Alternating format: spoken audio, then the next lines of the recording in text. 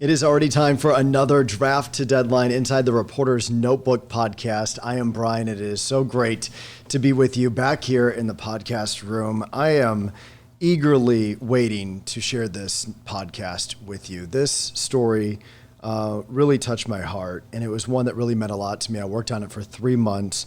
It is a deadly DUI crash roundtable, and I knew that this was going to be a really difficult assignment for me. I lost my mom in a car accident when I was in high school, and it was not DUI related, but I can relate in a way to these families that feels pretty raw. Anytime I talk about any car accident on the news or in a situation like this, I just feel really close to the assignment. And so this really meant a lot to me. And, you know, one challenge that you face in situations like this is to see if families are willing to take part in a project like this. And the families that we highlighted in this piece that aired right before the holidays, it was very raw. These crashes happened in May of this year at 2 different times. And so they were not the same crash. The first one happened on May 2nd, and that was when 2 young boys lost their life in Fresno County, not too far from Clovis Avenue and Ashland Avenue. Jordan Galvez, 19 years old, Maddox Green, 18 years old. They were hit by a suspected drunk driver, Jay Gat Singh. We sat down with their parents.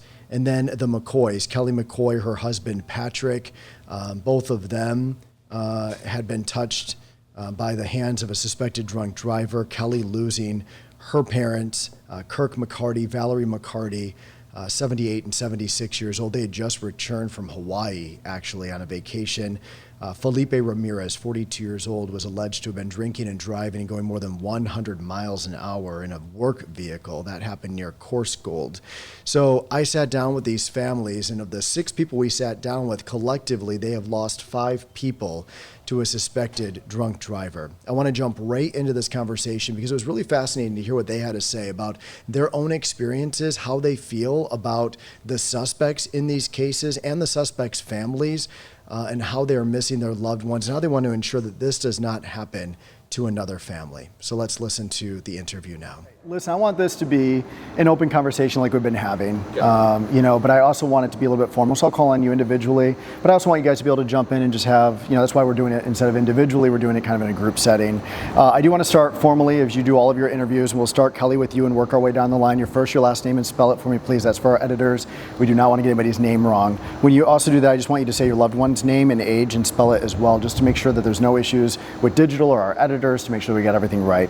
So Kelly, we'll start with you, please. Your first, your last name, and your loved ones, please. Kelly McCoy, MCCOY, and my parents were killed, and their names are Kirk and Valerie McCarty, MCCARTY.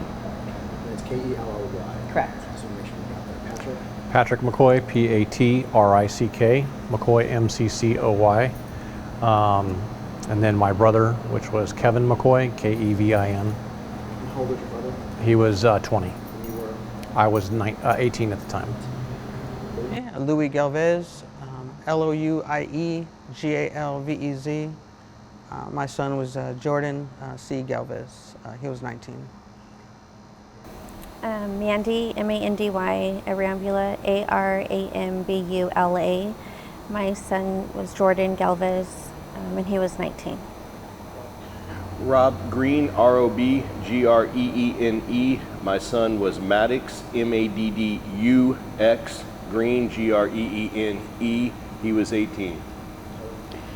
Kelly Green, KELLI GREENE. My son was Maddox Green, MADDUX, GREENE, 18 years old. I thank you all for being here today.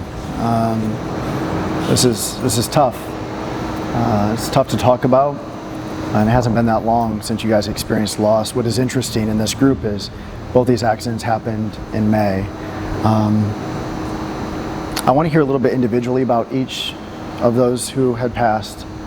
And I want to talk just kind of how we're doing now, and how we're feeling heading into the holidays. So Kelly, I want to start with you, Kelly McCoy. I want to start with you. I just, for somebody who never met Kirk or Valerie, My mom and dad were the quintessential parents of the 80s. They worked really hard. They grew up in the 60s. My dad went to Vietnam.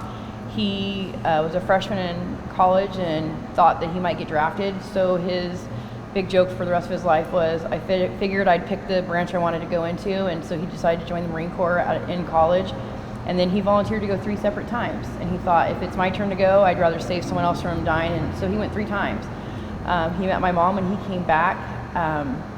My mom, I jokingly say, was like a strong liberal when I was younger, and my dad was a staunch conservative. So I grew up in like a 50-50 kind of household.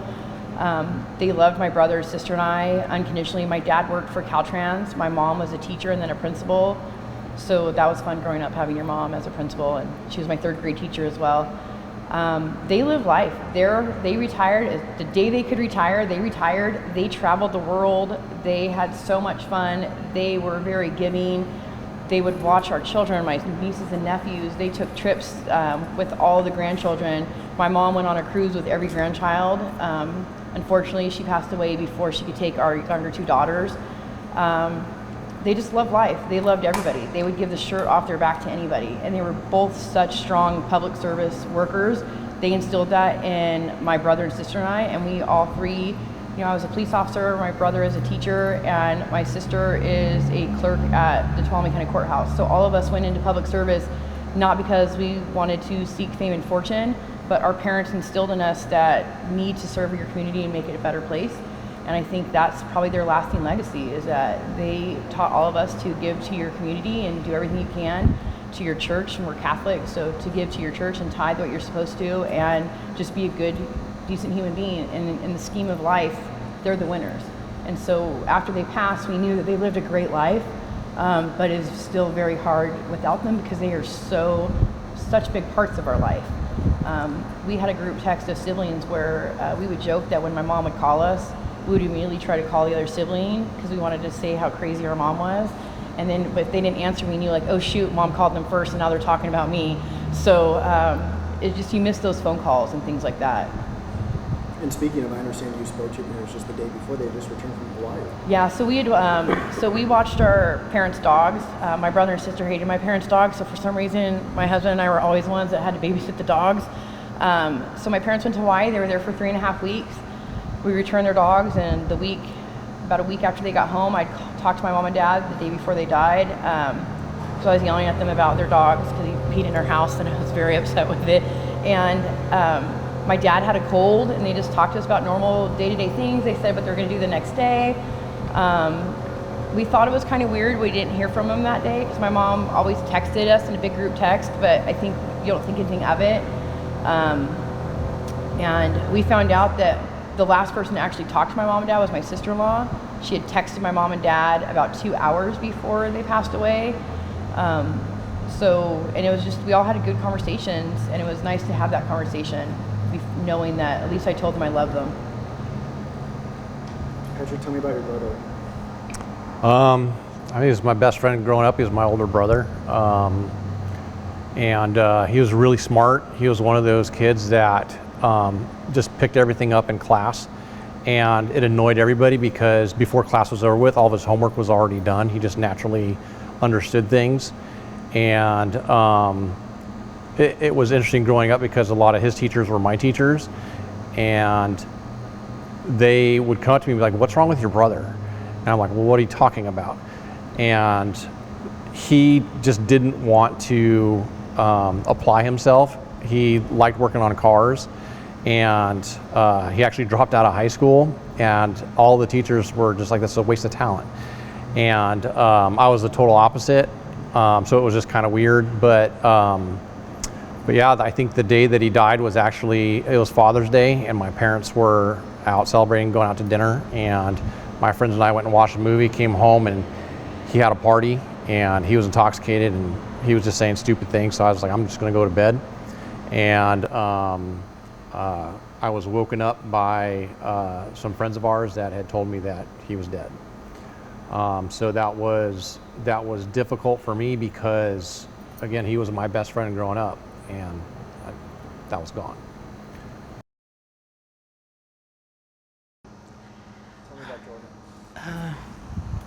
Jordan, I just think of his smile.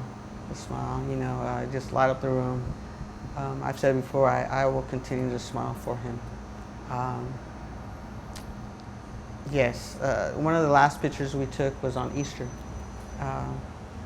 The kids, when they would come to my house, they always knew, especially on a holiday, we were going to take a picture, even if they rolled their eyes. But Jordan never did. Jordan was such a good kid. And I didn't know that was going to be the last picture that we would take. You know, looking at the holidays coming up, I know it's going to be tough. It's going to be tough because we always would take those pictures. Even now, when he'd come to my house, he'd walk in, and right now when I hear the door unlock, I just for a split second turn and look, and it just hits me like, for a fraction of a second, it could be him, you know, and then I come back to reality. So definitely Thanksgiving, Christmas, and his birthday is in February. So I know we have some tough months up ahead, but we lean a lot on our faith to get through it. So.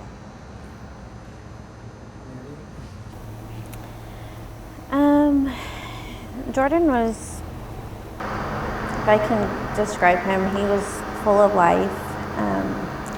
He loved to play basketball. That was his sport. He was into fitness and nutrition. So I always would catch him in the kitchen, you know, making his protein drinks or weighing his chicken. But yeah, his smile.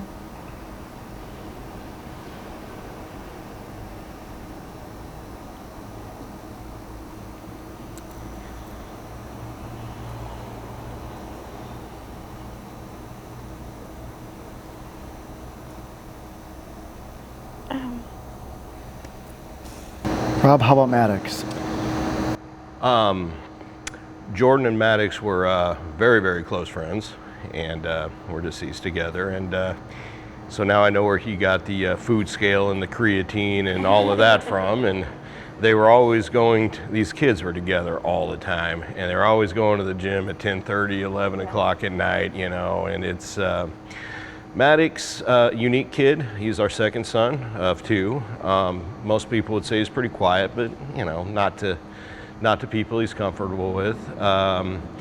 He's just a very, you know, I think of him now, which I thought of him then, I even know more now. He's just a very soft soul. He was a very giving person. You know, we have stories that we've had people reach out to us on about, you know, the pushing the woman with the broken down car out of the road and then running into the Quick Trip to buy her flowers because he felt bad for her, and or the young man at school who was autistic that sat alone, that he would go over and, you know, make an effort to talk to every day. And you know, I guess that kid really thought he was like his best friend, which, you know, to him he was. Just he was always just there for you, just happy to sit back and, you know, really just chill out with you. And you know, he loved sports. He you know, he loved music. He liked to take long walks like me with he's a big fan of over-ear headphones, all of that. So, and he was just I don't think I've ever heard any teachers or anybody ever say a bad word about him. So that was Maddox.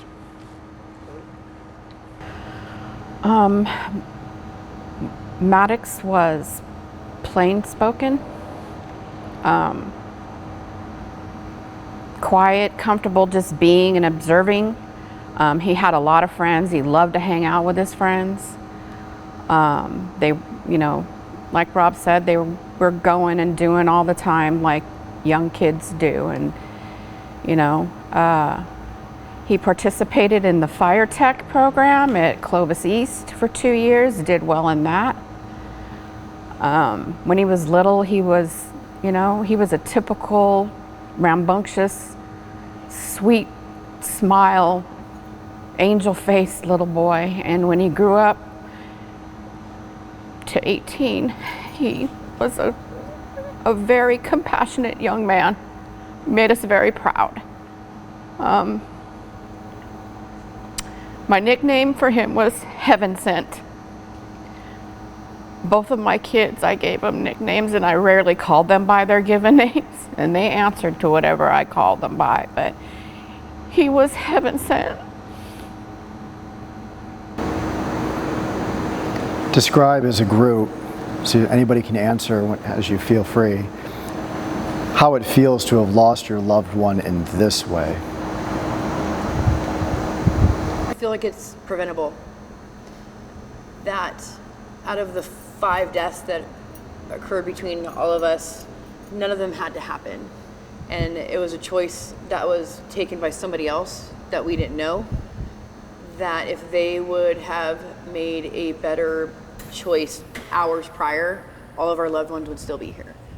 So it is hard to be a statistic, knowing that it's not a good statistic, that we have, between my husband and I, we have 3 people who were killed by DUI drivers.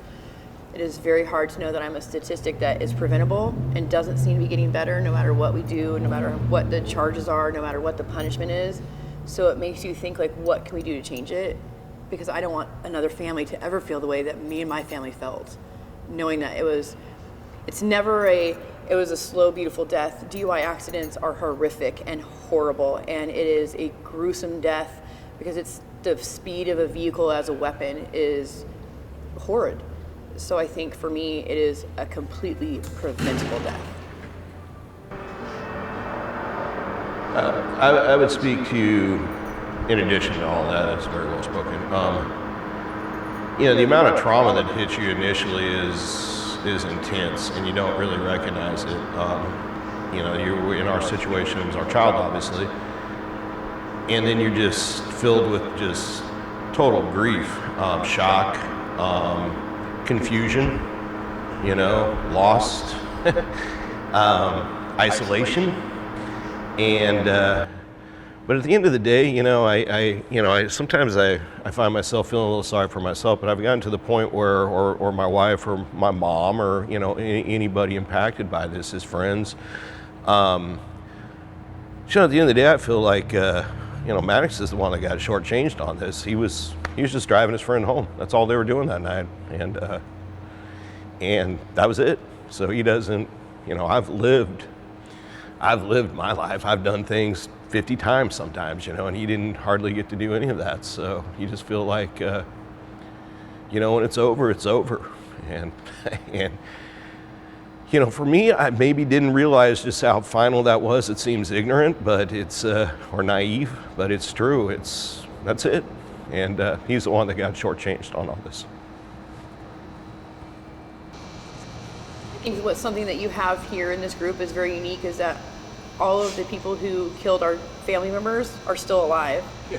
And that's a statistic, if you look at the FBI, that most drivers of DUI accidents that cause deaths survive.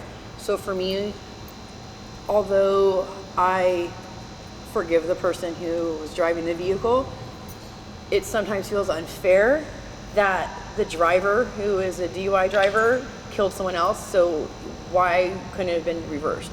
Why couldn't your life have been the one taken instead of my loved one? My parents didn't make the choice. You made the choice. His brother didn't make the choice. His friend made the choice.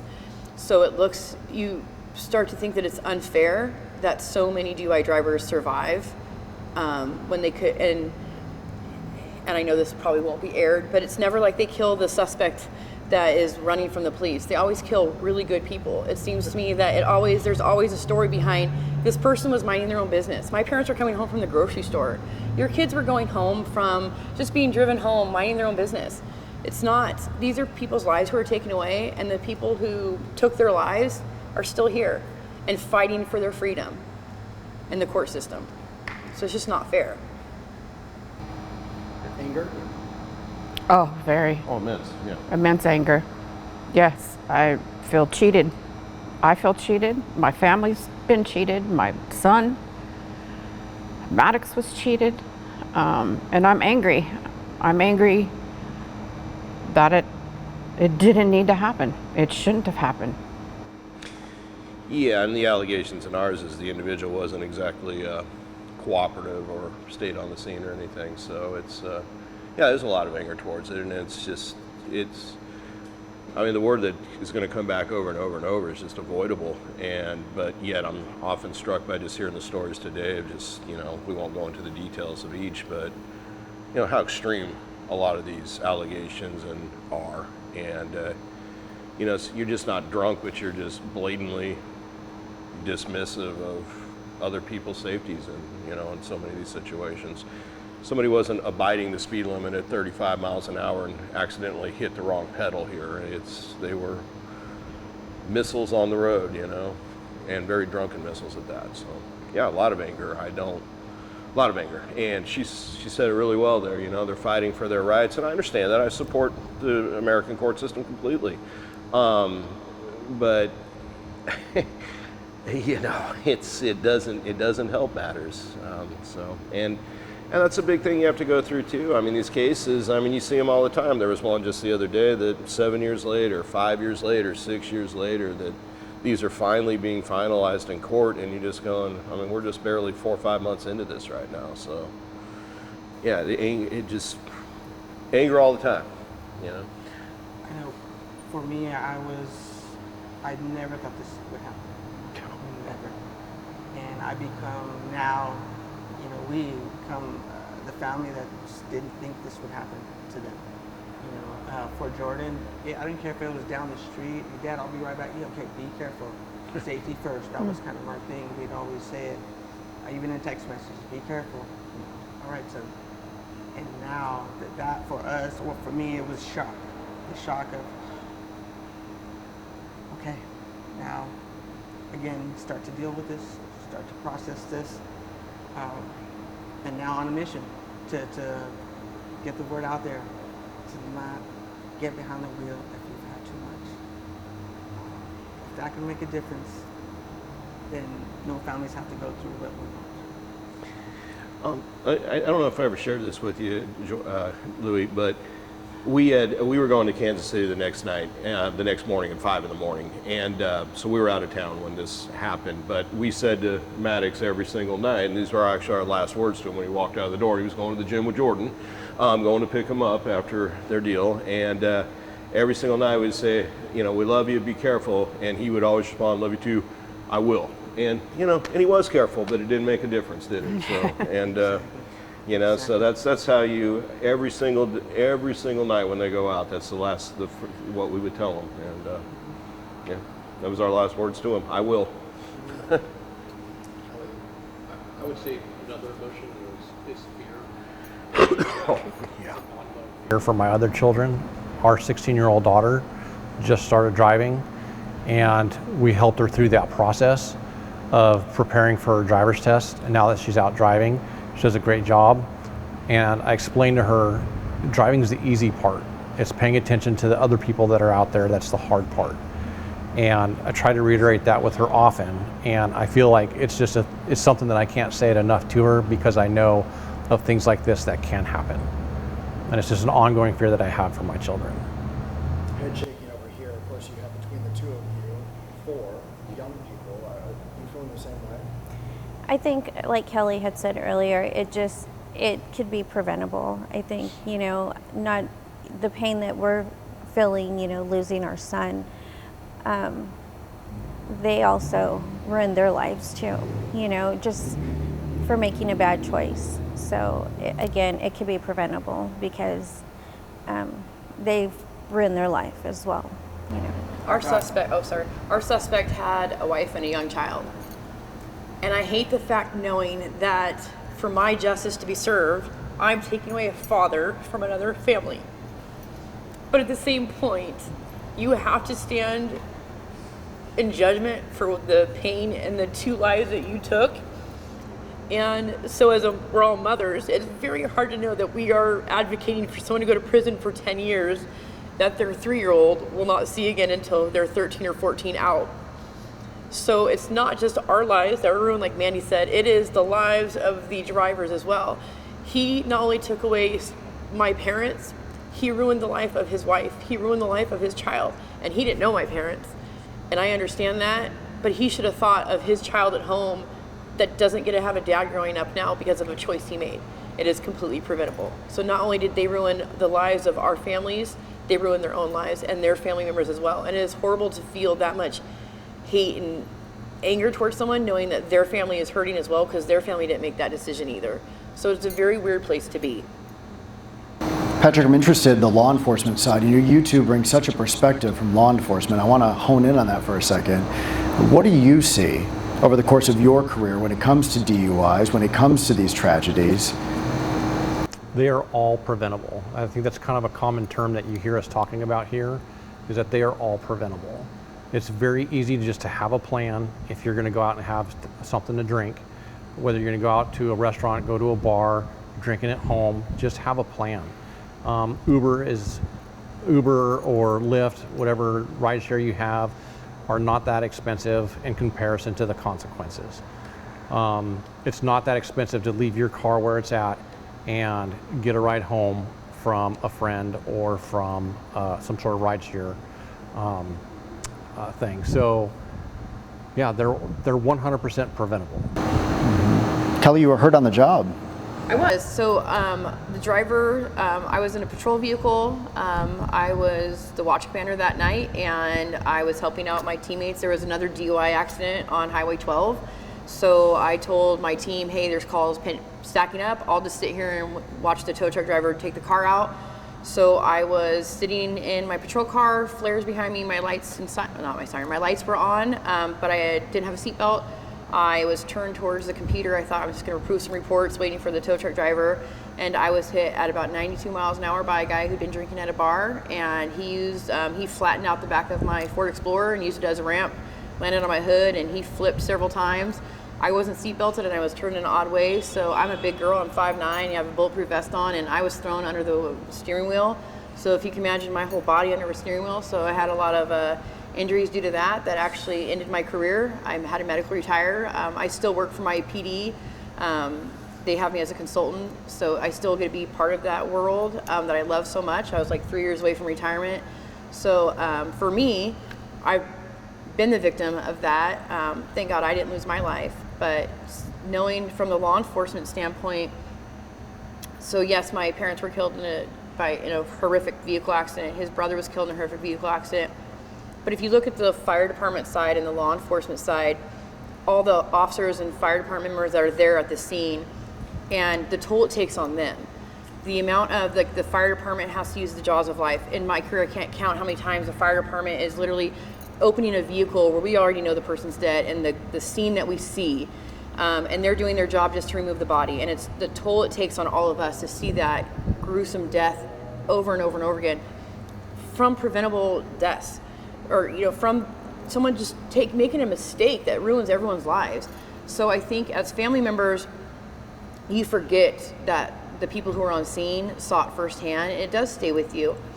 And then I think it's really hard for the public to understand that when you've seen it over and over and over and over in your career, and we're in this beautiful fire department right now in Clovis, that these guys that are sitting in there right now, the amount of death and destruction they've seen and they've witnessed firsthand because of what we're talking about is forgotten sometimes. And I think that people need to realize it's not just the family members, it's not just the people on the street, it's all those that have to respond and deal with the aftermath. And when I say deal with the aftermath, it's the things that no one wants to talk about on those scenes.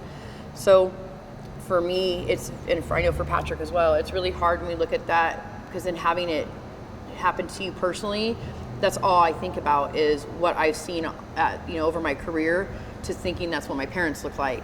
So and I haven't seen the pictures of my parents' death yet. I don't feel like I need to see them because I might know what it looks like in my imagination. So it's really hard. So in the law enforcement standpoint, I don't know what more we can do to get it out there. We do the Mothers Against Drunk Driving, we do the Christmas ads, we do the New Year's ad, we have the Avoid, we do all these DUI checkpoints. We tell people we're going to do the DUI checkpoints, and you'd be surprised how many people we still have come through a DUI checkpoint who are DUI. So as like a law enforcement standpoint, and I don't know what more we can do. How do we get people to understand that the decision they make is going to ruin all these lives, not just their own, not the person's life they take away? So I wish there was a better solution. I hate being the person that doesn't have a solution for a problem, but my fear is it'll keep continuing and it will not stop. I'd like to comment on one thing she said right there. because it's very, you talk about seeing your parents. We were never able to see our son again. We were not able to see him at the funeral home due to the massive damage and disfigurement to his 18-year-old self. We're not sure we'll ever see him again. We were able to touch him under his Blanket. cloth at the funeral home, but and it just to give you an idea, when they won't even let, and my wife Kelly here basically begged, and they wouldn't do it. And just to give you an idea of how horrific and ugly these things are, and the ending is, it's unimaginable. And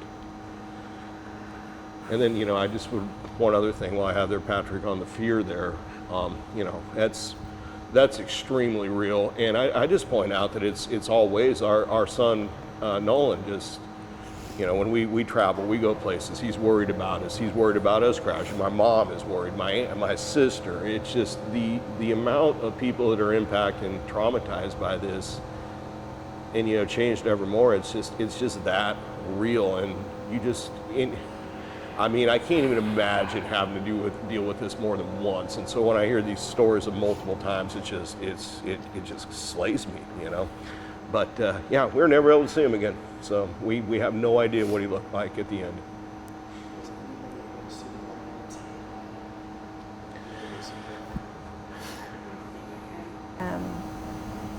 When we got the call, we went to the emergency. He was there, and then they moved him to the ICU upstairs. So I was with him until he took his last breath, and I think it was like 14 hours later.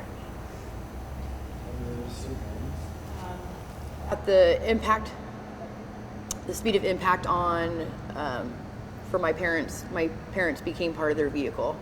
So unfortunately, there wasn't a lot left of them. And from our career, even we talked with the coroner, there's pieces. You do become part of the vehicle at some point. I won't even get into the gory details. So we knew my cousin owns a funeral home in Fresno. So she kind of talked to us about, we know, so that we didn't see them. There would have been nothing to see, really. They couldn't even remove my dad's watch because it had shattered. That's something we really wanted. And they said it was in so many little pieces, they didn't even know he had a watch on. So, it's the high rate of speed, just there's nothing left. And his brother, I don't think, did you? Well, no, so I'll talk about the details for hers a little bit. There's a special body bag that they went into, and that's how bad it was. So we never got to see them again. Fortunately for my brother, I was able to see him again. In fact, you could barely tell that he was injured at all from the crash. He had bumped his head enough to kill him. So we were fortunate to be able to see him at his funeral, to have that opportunity to say goodbye. But I know in our cases here, and for her parents, we didn't have that. And that's a hard thing to try to live with. Yeah, because I feel like that closure really does help when you are able to see, right? Yeah. It meant a lot. I begged. They wouldn't let me. I begged. I didn't care. And on the law enforcement side, I've been the person that's telling you no, and it is very hard as well when we tell you no, because we know sometimes it's so bad. We don't want, at least personally, I don't want the family to that be their last picture, because that'll override every other picture you have. So a lot of times we tell people, we strongly suggest it not go. You don't do that, because I know how horrific it is, and we don't want the family to look at that and think that's what the picture you would think of every time you thought of him, not your amazing son who loved life and was full of joy. It takes away, and we've had people who've come to us after that have decided to not listen to us, and they were like, no, that's all I ever picture now. So I think from the experience in law enforcement, we try to have the loved ones, we try to give them that out of saying, we understand, but we don't want that to be the last picture. And sometimes when there is really nothing left, like there was with my parents, there really is, they're not going to let us look at a bag because there's no distinguishable parts. Yeah, and I appreciate in our situation, my son died at the scene. He was killed at the scene, and it was a high impact, and then there was a huge fire that occurred afterwards too. And so I already have the image in my mind. I already know what he looks like. I just wanted to see him. I just did. It's like you just want to touch them and say it's okay. You had and I hate to say it's a wonderful opportunity, right? It sounds so horrible to look at a mother and say, you gotta hold his hand. And as a mom, you just want to tell them it's going to be okay, even though you know it's not. And that's something that even with my mom and dad, or with our son, or with your son, even if they're not there anymore, you still want to be like, I love you. So it is horrible. And then one other thing is that, you know, we're left with, all of us, we can't get any, I mean, there's legal aspects to all this. And so we can get almost no information whatsoever. We have very little information on anything. One thing that Kelly and I both really struggle with is, you know, how much do they suffer? I mean, we don't know that. I mean, we know the impact, we know where he impacted, and we know the result, but we don't know, was he conscious for any of this? There's details that I'll keep unique to our families here at this time that lead to a lot of questions on our end as well. And, you know, what happened after impact? And that's a hell of a thing to think about, is, you know, your kid suffering, and you don't know. You know, and even, you know, for us, we know he died pretty quickly, but we don't know how, really. And it's, these things are all just... It's very hard to reconcile. Yeah. I know this is so painful to talk about, but I want people to hear this part of it, because it is especially cruel in the way you lost your loved ones, number one. Number two, it's especially cruel you didn't get a chance to say goodbye.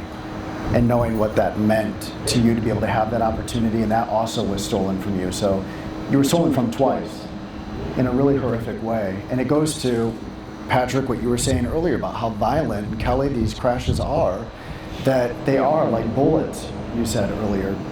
You know, it's normally high rate of speed. These drivers don't have a lot of knowledge behind the wheel of what is happening at the time, or control. And this is what's left. This is what's left. And we could easily be sitting here in uniform having the same conversation because we were the officers on the scene. So for us, it's just so preventable.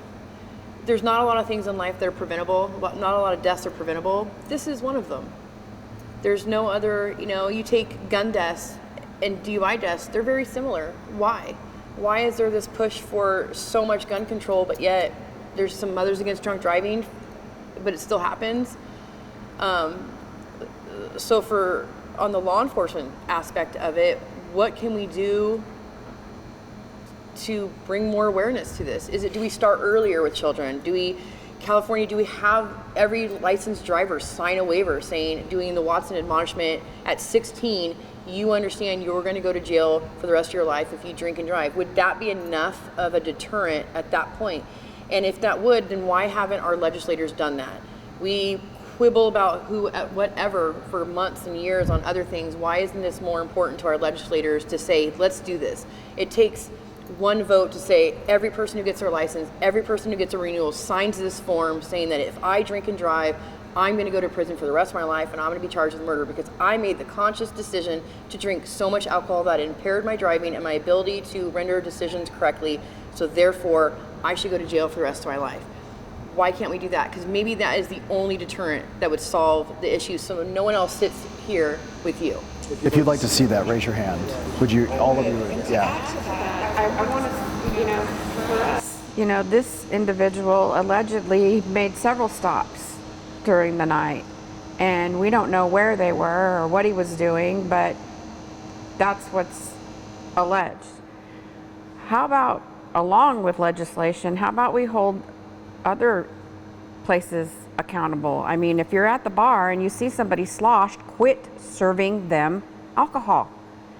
You know, maybe call for a ride for them. I don't know what the answer is, but I'm sure as a body, can't we all come up with some type of idea or solution, you know, to try to mitigate this in some way, shape, or form? So hold the bar accountable, hold the liquor store accountable. You know when somebody is impaired, you know. It's, you know, their speech is slurred, they can't walk, they can't, you know. So how about the bars, the establishments, the liquor stores, you know? And and just in general, if you're driving down the road and you see somebody, call and report it. Just be an active member of your community. You could be saving the life of your loved one that you may not even know is out on the street at the same time you are and this drunk driver is. Call and report it. Well, I'm going to hesitate to say this in the presence of law enforcement here, and I absolutely applaud the efforts that you all make, and I'd like to say that, you know, our experience with Fresno Police is great. Fresno has a problem and has had a problem for quite some time with lack of enforcement on the roads. Running red lights in this town is a normal thing. We all see it all day long. Badly. Every intersection. High speeds going through them, and you know, we comment on it constantly, that there just seems to be the community seems to have decided that we're placing our emphasis in other areas, would be my guess. It seems to be so easy to cut down on what's a major problem here in Fresno. I don't know how it is in other places, but I'm sure anybody that would watch this, if this was to go to air in Fresno, would say, yeah, we're running red lights like there's no tomorrow. People are openly driving 15, 20, 25 miles an hour down the roads with no signs of enforcement ever. There seems to be no concern for this at this time. And I mean, Kelly and I, on one of our first nights going out to dinner after this occurred, were ran off the road by an individual driving over 100 miles an hour coming off 168. You know, we tried to call 911, but there's just nobody ever came along. And this was right here on Temperance, right, coming right down here. It's a sense of frustration, and it seems like you take all these things together. You have this influx of drunk driving, you have this influx of high-speed driving, you have an influx of red light running, and there seems to be very limited patrolling. You know, you're just creating multiple situations, and I think that bore out in the month of May, where our son was a victim, along with any number of other ones. And I think that goes without saying. And again, it's not a disrespect to the officers that are doing their job. I don't begin to know what that is, but you know, it's pretty perceptive that is a situation that we're dealing with here. I can tell you too that the irony of all of this was the night before Maddox Yeah, we were almost killed. died. We were fortunate enough to take him out to dinner. We went out to dinner as a family, just the three of us, because we were leaving the next morning. And on our way home, we weren't even a mile from home. We were across the street from our neighborhood, and we were sitting at a red light, and somebody blew the red light. And we said, "See, son, you know, every opportunity we had was a teaching moment with our children." And we told him, "See, son, this happens too much. It happens all the time. You have to be aware. It's not always you that might be doing something wrong, it's somebody else. You know, you're a young driver, you're an inexperienced driver, you need to pay attention." And that guy that just ran that red light at the rate of speed that he was going would have wiped you out, no problem. That was the night before he died, and that's exactly what happened to him. The next night, add in the alcohol.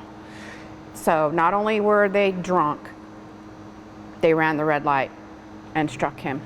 Yeah, and why put this just on the police also to patrol this? I mean, how about people stop running red lights? How about the people in this community stop driving 25, 30 miles an hour, passing people on the right and cycling lanes? You know, all the things that we as residents see every single day we go to work in this town. What's the rush? You know, what's the rush? And there just seems to be a disregard for traffic laws in general. And I mean, I don't know when red lights just became a suggestion, and you see it just blatantly. So I mean, the community as a whole needs to do better, because I mean, in our situation, this could have just been a red light runner that killed our kids. You know, you put all these things together, and it's a high rate of speed, a lot of alcohol, and disregard for the traffic safety and red lights of others. And well, there you go. Here we are today.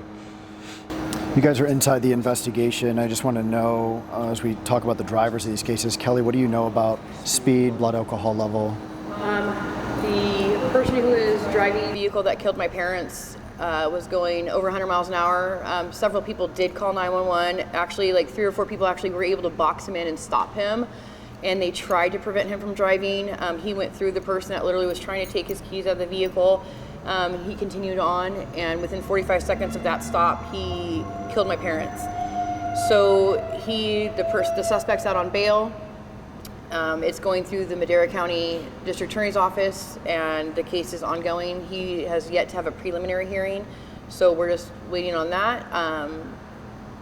As a victim, I'm hoping it goes quickly. As a cop, I know that it won't, so it's very hard to reconcile the two together. But for ours, yeah, the speed is what really kills you.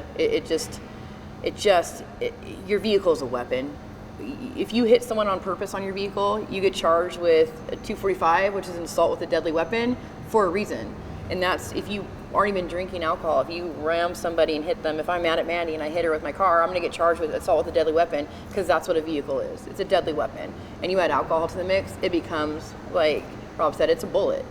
So, so for us specifically, we're just waiting for the case to go through the courts and be adjudicated, and hopefully he gets a fair sentence. And I hate to say that we move on with our lives, but at least that part of our lives will be a closed chapter, and we'll have some closure for that. I think that's all we're really looking for. Rob, what do we know? Well, what's part of the public record of the allegations here is that the individual ran at a high speed, ran through a red light at Shields and Clovis Avenue at 11:30 at night, and collided with. He was in a Range Rover, Land Rover. Our son was in a Ford Focus. So you can do the math there. He tried to run from the scene. They drove their car across the median on Clovis Avenue. Ran while the car would have been on fire. They found him and his passenger cowering behind some trees over there. And he's currently charged, again, part of the public record here, with 2 counts of murder based on the Watson law from a prior drunk driving arrest. He has 2 counts of manslaughter, along with another half dozen of, charges here and there. His bail was just under $2.7 million, and it was revoked on day 1. So he's sitting in Fresno County Jail, facing, by my math, somewhere 45 to 50 years. In that time, and so that's what we know about him. As was stated, it's going to be a very long time. We have not had a preliminary trial yet. We've had several pre-trials, and so we're figuring we're several years out on that. Blood alcohol was alleged to be in the range of 2.2, and speed I don't know. Louis, what is justice for Jordan? Number one, keeping this individual behind bars so he doesn't hurt anyone else. And also, just doing what we're doing today. Just telling the story, so no family has to go through what we went through. Remember getting to the hospital and standing over Jordan's body, and nothing I could do was gonna fix it. Handed it over to God, and I let God know He was yours before He was ours. But I wouldn't wish that on any family. If we could somehow get this through the minds of individuals who are going to make this decision, don't do it. What's it going to take for them to have that inner voice to say, I'm not.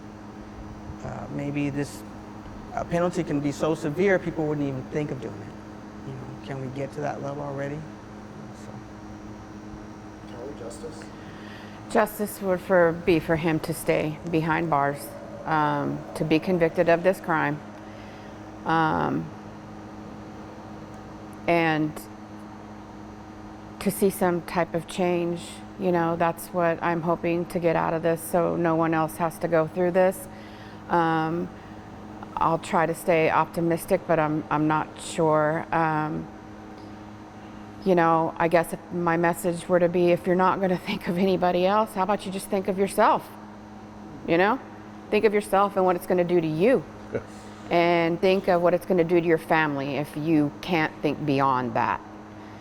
So I don't know what it's going to take, but maybe that's it. But no, I want him to stay behind bars and get the justice that he deserves. Rob, what does that look like for you? Not much different than what Kelly said. I would like to, at some point, honestly, to get some accountability from the individual. If you were sitting here right now, what would you want to say to him? That's rough. I would like to say you destroyed my family. Kelly mentioned think selfishly. You were thinking selfishly that night. You behaved selfishly after you caused 2 deaths, and let it be known there was a third that, by the grace of God, survived.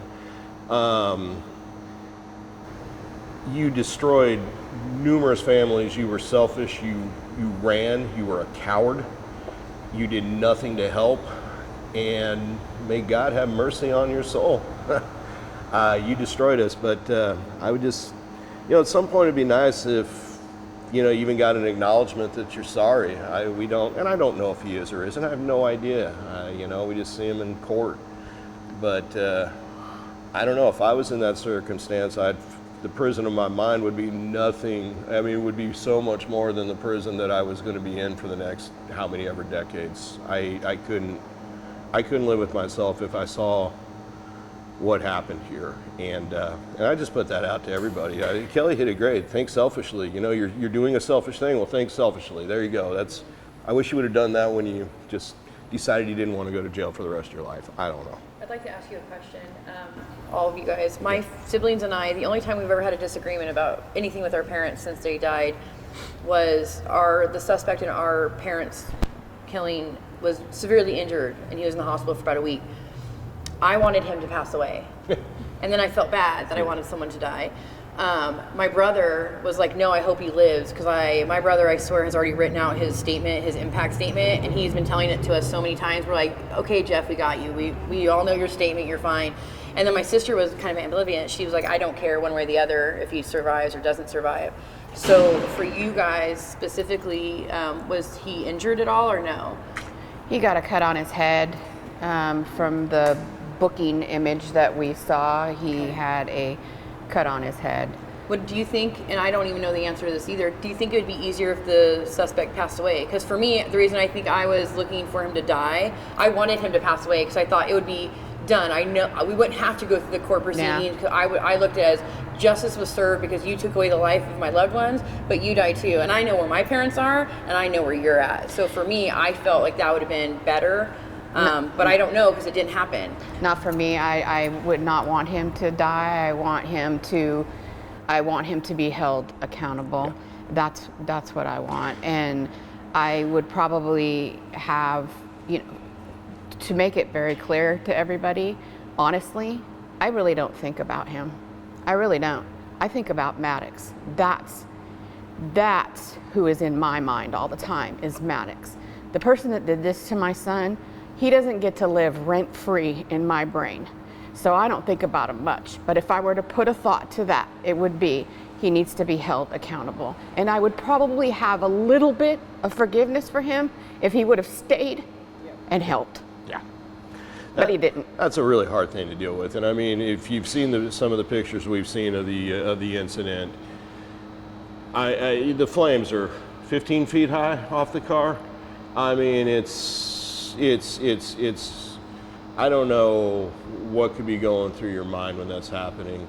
And no, I'm glad he lived, because I think in these situations, this individual, is what we're here today, should be held up to be an example of what horror you can reap and what consequences you may have. I mean, one thing I will say is I speak to people all the time. A gentleman I spoke to talked about his brother being killed by a drunk driver. They believe because they never caught the guy 30 years ago. And I can't even begin to understand what that would feel like, that you can't find the person.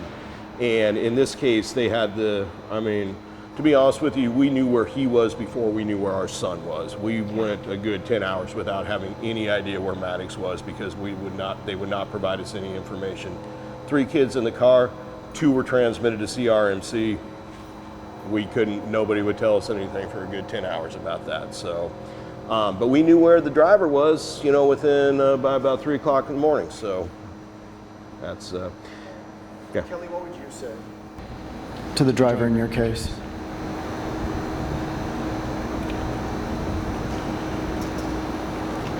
The life you took were good innocent lives, and you made the world a sadder place. And I hope that your son grows up knowing that you murdered someone else's parents because you're selfish and you couldn't not drink in a work truck at 2 o'clock in the afternoon, and you ruined not only your son's life but our life as well. And I hope that you're going to get the justice you deserve in this life, and you get the justice you deserve in the next. As we come to a close, I have 2 more questions. I really want to hear your message to those that are watching. As this airs during the holidays, I want each of you to respond to this. And we'll start, Kelly, with you, and we'll work our way to you, Kelly. What is the message to those watching right now? I'm going to take a page out of Kelly's book. Be selfish. Don't ruin your life. You might ruin so many other people's lives, but be selfish. Worry about your own life. Your life is important. Make the decision for yourself that you want to wake up the next day at your house. If you have too much to drink and you know you're going to drink, plan ahead. It's not hard. Be a responsible adult. Just understand that no one judges you for having a good time. Just have a plan before you have that good time so you don't ruin your life and the lives of other people. Let everyone wake up this Christmas with their family members next to them instead of being the tragic person on the news that ended everyone else's lives. And that's all I have to say. Patrick? Is this mic on? Yes. Have a plan. Call a friend. Law enforcement, drop the hammer. And hold people accountable. For our elected officials, hold people accountable. Louis? Yeah, I'm going to echo the same thing about putting a plan together before we decide to get behind the wheel. I think, again, it's just, I'd like to see the law so severe that people would think of doing that and somehow get that inner voice in you that this is not just me having a good time. It's putting families like us here. Do not do it. And also just wanted to add to the families that are like us. Continue to love on everyone because you don't know. You don't know. Don't sweat the small stuff.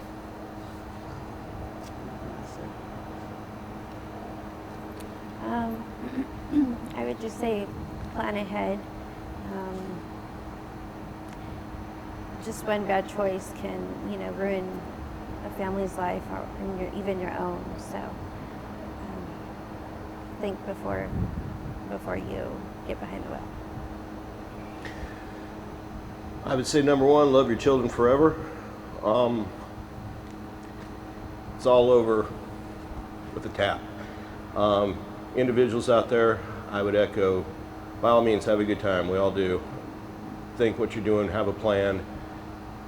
You don't want to be the person that does this, and you don't want to be the person that this happens to, and you don't want to be that family.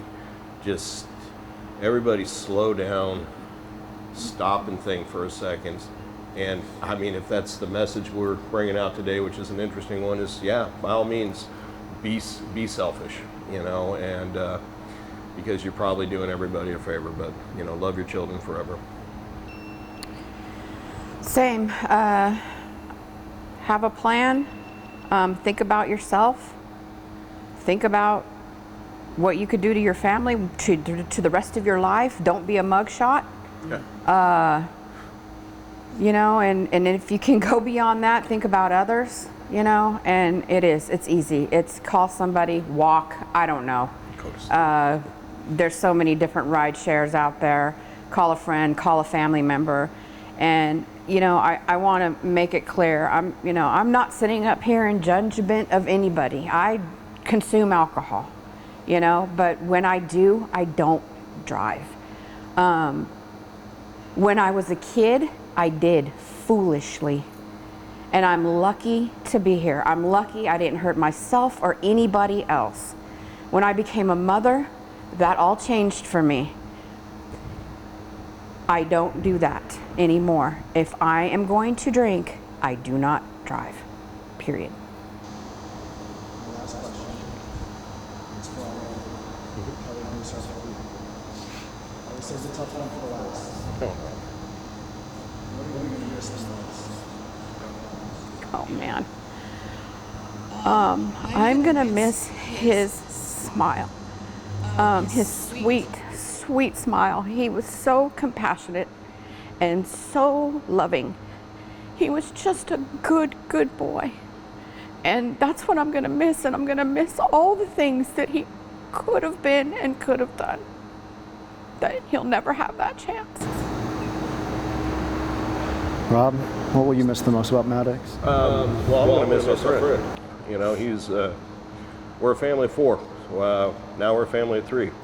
And he was our buddy. He was with us all the time, on every event we went to, every holiday, every football game, everything. He was there. He was part of us, and now we're without him. So I just miss him every day.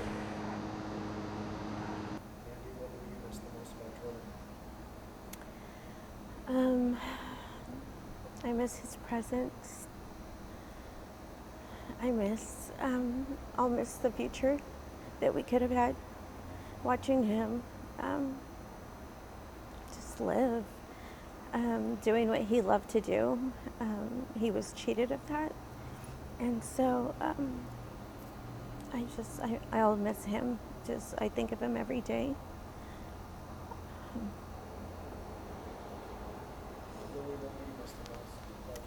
Jordan, his beautiful smile.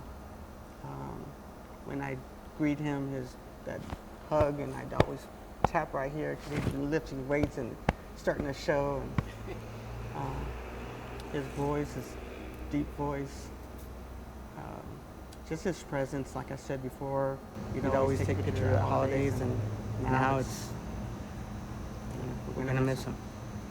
I had a birthday, and it was just so different without him. So I brought a frame of him and put it right next to me in an empty seat.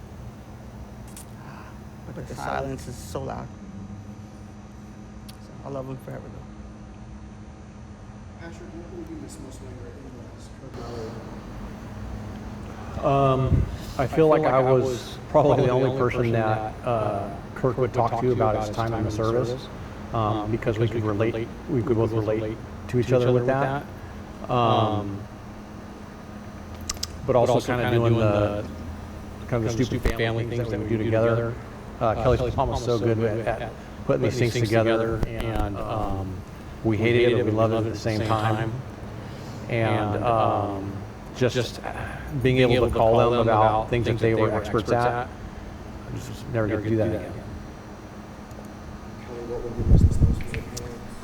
I miss the fact that my dad, as a contractor, knew the answer to everything. All those funny Facebook memes where you see of daughters in front of their husband when they call their dad, and they're like, "Well, he won't do it, Dad. I need you." I would literally do that, and he would be like, "Call your dad. He knows better than I do." For every little thing, because you trust him. It's your dad. It's your daddy. No matter how old you get, he's still your father and the one that you love. He's the first man you ever loved. And my mom, I'll miss everything about her kindness. She's so smart. She was a member of Mensa, and she would never tell people that she had such a high IQ, but you could ask her random facts and she just knew the answer. But on the very personal level, I have a 16-year-old daughter. Knowing that my daughter's going to get married, that my mom won't be there with me to help plan her wedding, crushes my heart, because my mom and I were already talking about it. How silly is that? We're like, oh my gosh, they had such a beautiful property. We have a beautiful property. My mom's like, let's have an outdoor wedding. I'm like, I hope one of our girls does that so we can have this dream wedding together with my mom. Because I got to do the same thing with my mom and my grandmother. So you just want to do that. So when the time comes, I think I'll miss her even more because she's not here. But just person is calling them for everything, for help. You guys have lost your child. I lost my parents on the same day. So it's just such a hard thing to do. You know that your parents are going to pass away, and you understand that as an adult that you will lose your parents eventually one day. But to have them both taken at the same time is very difficult, and knowing that you're going to miss everything they did together.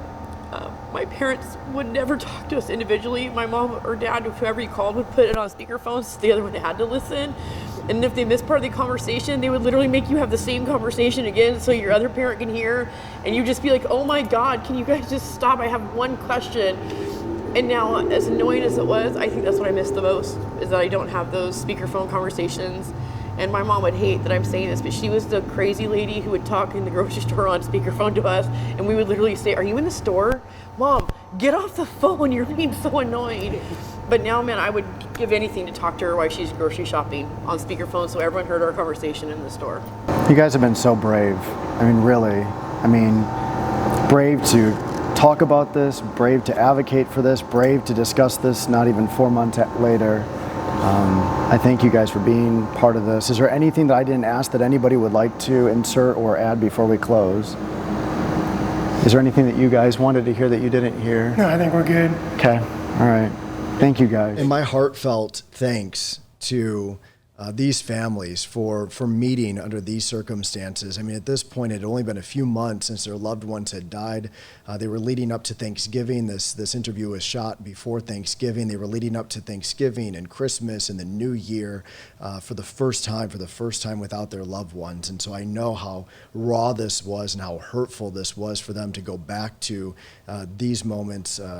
For them, I know it was very emotional, but we all collectively had one goal, and that goal was to ensure that we really made people think twice before drinking and driving, making a plan, having a plan ahead of time, making sure that you have a DD, making sure that you have a ride share, that you have that plan in place. I think a lot of these poor decisions happen when people don't have a plan in place and they just drink at the last minute, and then they just drive home.